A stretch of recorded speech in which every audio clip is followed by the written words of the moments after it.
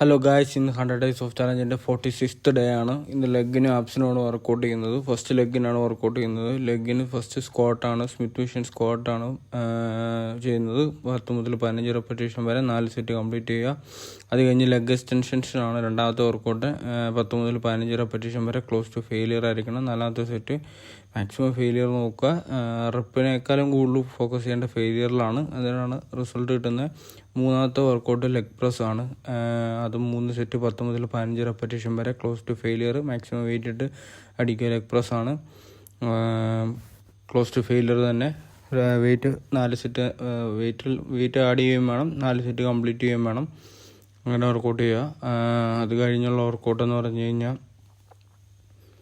Romanian dead lift ആണ്. അത് 4 set 10 മുതൽ 15 റെപ്പിറ്റേഷൻ വരെ ക്ലോസ് ടു ഫെയിലിയർ.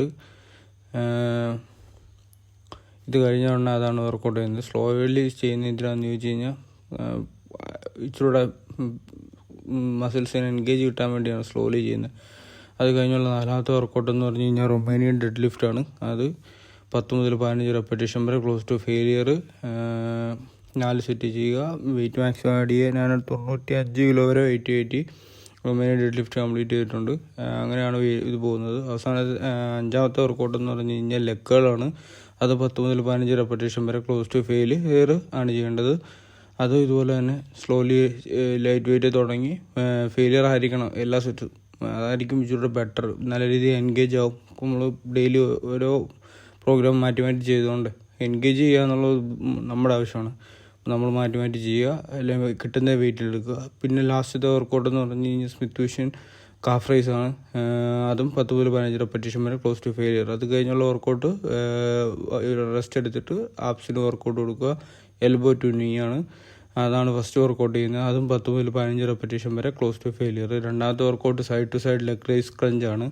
അതും 4 സെറ്റ് 10 മുതൽ 15 റെപ്പിറ്റേഷൻ വരെ ക്ലോസ് ടു ഫെയിലിയർ ആയിരിക്കണം. മാക്സിമം ആപ്സ് എൻഗേജ് ചെയ്ത് വർക്കൗട്ട് ചെയ്യുക. അപ്പോൾ നല്ല റിസൾട്ട് കിട്ടും. അത് കഴിഞ്ഞുള്ള വർക്കൗട്ട് റഷ്യൻ ട്വിസ്റ്റ് ആണ്. Russian twist with weight. അതും 10 മുതൽ 15 റെപ്പിറ്റേഷൻ വരെ കംപ്ലീറ്റ് ചെയ്യുക. 4 സെറ്റ് വർക്കൗട്ട് ചെയ്യുക. അത് കഴിഞ്ഞുള്ള വർക്കൗട്ട് എന്ന് പറഞ്ഞു കഴിഞ്ഞാൽ decline bend leg reverse crunch ആണ്. അതും 4 സെറ്റ് 10 മുതൽ 15 റെപ്പിറ്റേഷൻ വരെ ക്ലോസ് ടു ഫെയിലിയർ കൗണ്ട് ചെയ്യുക. മാക്സിമം ഫെയിലിയറിലോട്ട് പോവുക. അത് കഴിഞ്ഞുള്ള വർക്കൗട്ട് 5ാമത്തെ വർക്കൗട്ട് സ്റ്റാൻഡിങ് കേബിൾ ക്രഞ്ച് ആണ്. അതും 10 മുതൽ 15 റെപ്പിറ്റേഷൻ വരെ ക്ലോസ് ടു ഫെയിലിയർ. ലാസ്റ്റത്തെ വർക്കൗട്ട് ഹാങ്ങിങ് സ്ട്രേറ്റ് ലെഗ് ഹിപ്പ് റൈസ് ആണ്. അതും 10 മുതൽ 15 റെപ്പിറ്റേഷൻ വരെ ക്ലോസ് ടു ഫെയിലിയർ.